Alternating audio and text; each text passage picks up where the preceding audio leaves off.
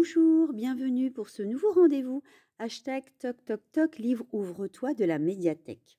Aujourd'hui, nous vous proposons un album d'Émilie Chazeran. Bah oui, Émilie Chazeran, on l'aime beaucoup à la médiathèque. On aime ses beaux albums, on aime ses romans enfants plutôt drôles. Et on aime ses romans pour les ados un peu plus graves, mais toujours écrits avec beaucoup de talent. Donc aujourd'hui, nous allons vous lire Pio. Pio est un géant plutôt maladroit, pas toujours accepté. Pas toujours facile d'être un géant, surtout quand il est amoureux d'une petite fille qui ne le regarde pas. Voici Pio d'Émilie Chazeran et de Marie Mignot aux éditions Sarbacane. Quand Pio est né, un matin de janvier, il était aussi petit que les autres bébés. Sa maman le tint contre elle et lui chanta « Pio, Pio, mon tout petit à moi, je t'aime grand comme ça. »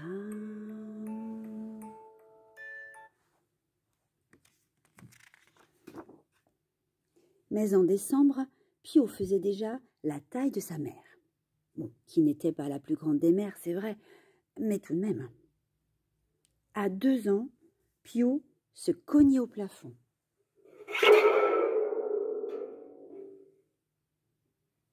À 3 ans, Pio dépassait la hauteur de la maison. Et à 4 ans, Pio pouvait attraper les avions en plein vol. N'empêche, sa maman continuait à le tenir contre elle et lui chantait toujours. Pio, Pio, mon tout petit à moi, je t'aime grand comme ça.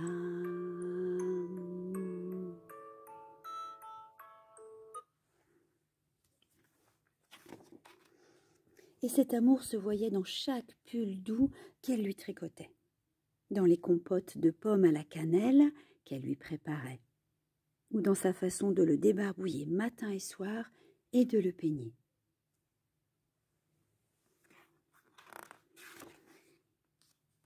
La vie de Pio était presque une vie d'enfant ordinaire.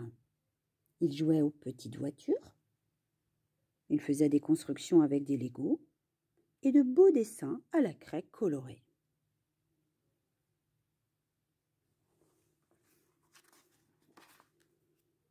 C'est vrai, il n'avait pas de lapin bélier ou de hamster pour lui tenir compagnie, mais il avait Marie-Amélie et c'était super chouette aussi.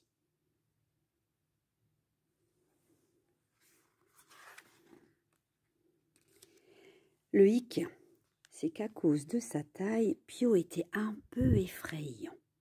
Lorsqu'il courait, la terre tremblait sous ses pas.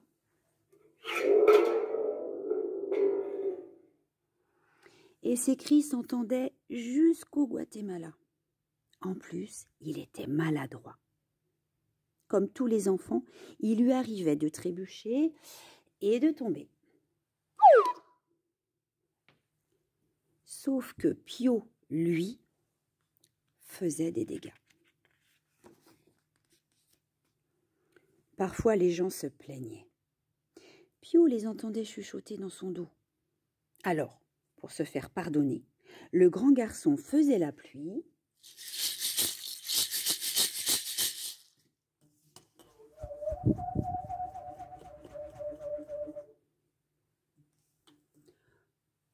et le beau temps. Tout le monde finissait toujours par apprécier Pio. Enfin, tout le monde sauf Nona. Nona était la moins grande de toutes les petites filles. Malgré cette différence de taille, Pio était aussi amoureux d'elle qu'une fourmi d'un bonbon. Mais il avait beau lui faire 1000 sourires, Nona l'ignorait.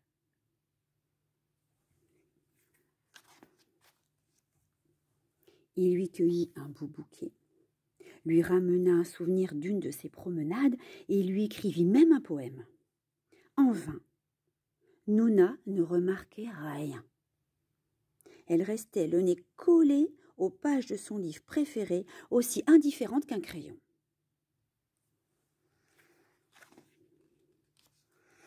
Le géant alla perdre son chagrin dans la forêt.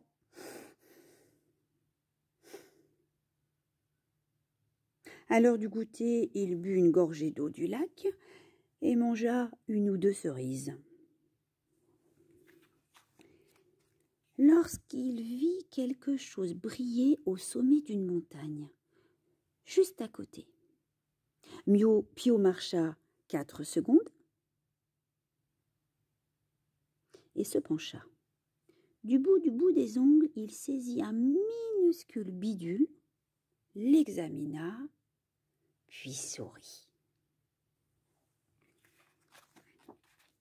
Pressé, il courut jusqu'à la ville, puis jusqu'à l'école, puis jusqu'à Mona. Il se baissa et, avec toute la délicatesse du monde, posa l'objet sur le petit bout du petit nez de la petite fille, qui s'écria « Oh, tu m'as retrouvé mes lunettes! Oh, merci, Pio! Dis donc, t'es drôlement beau! » Et pour la première fois de sa vie, Pio se sentit tout petit.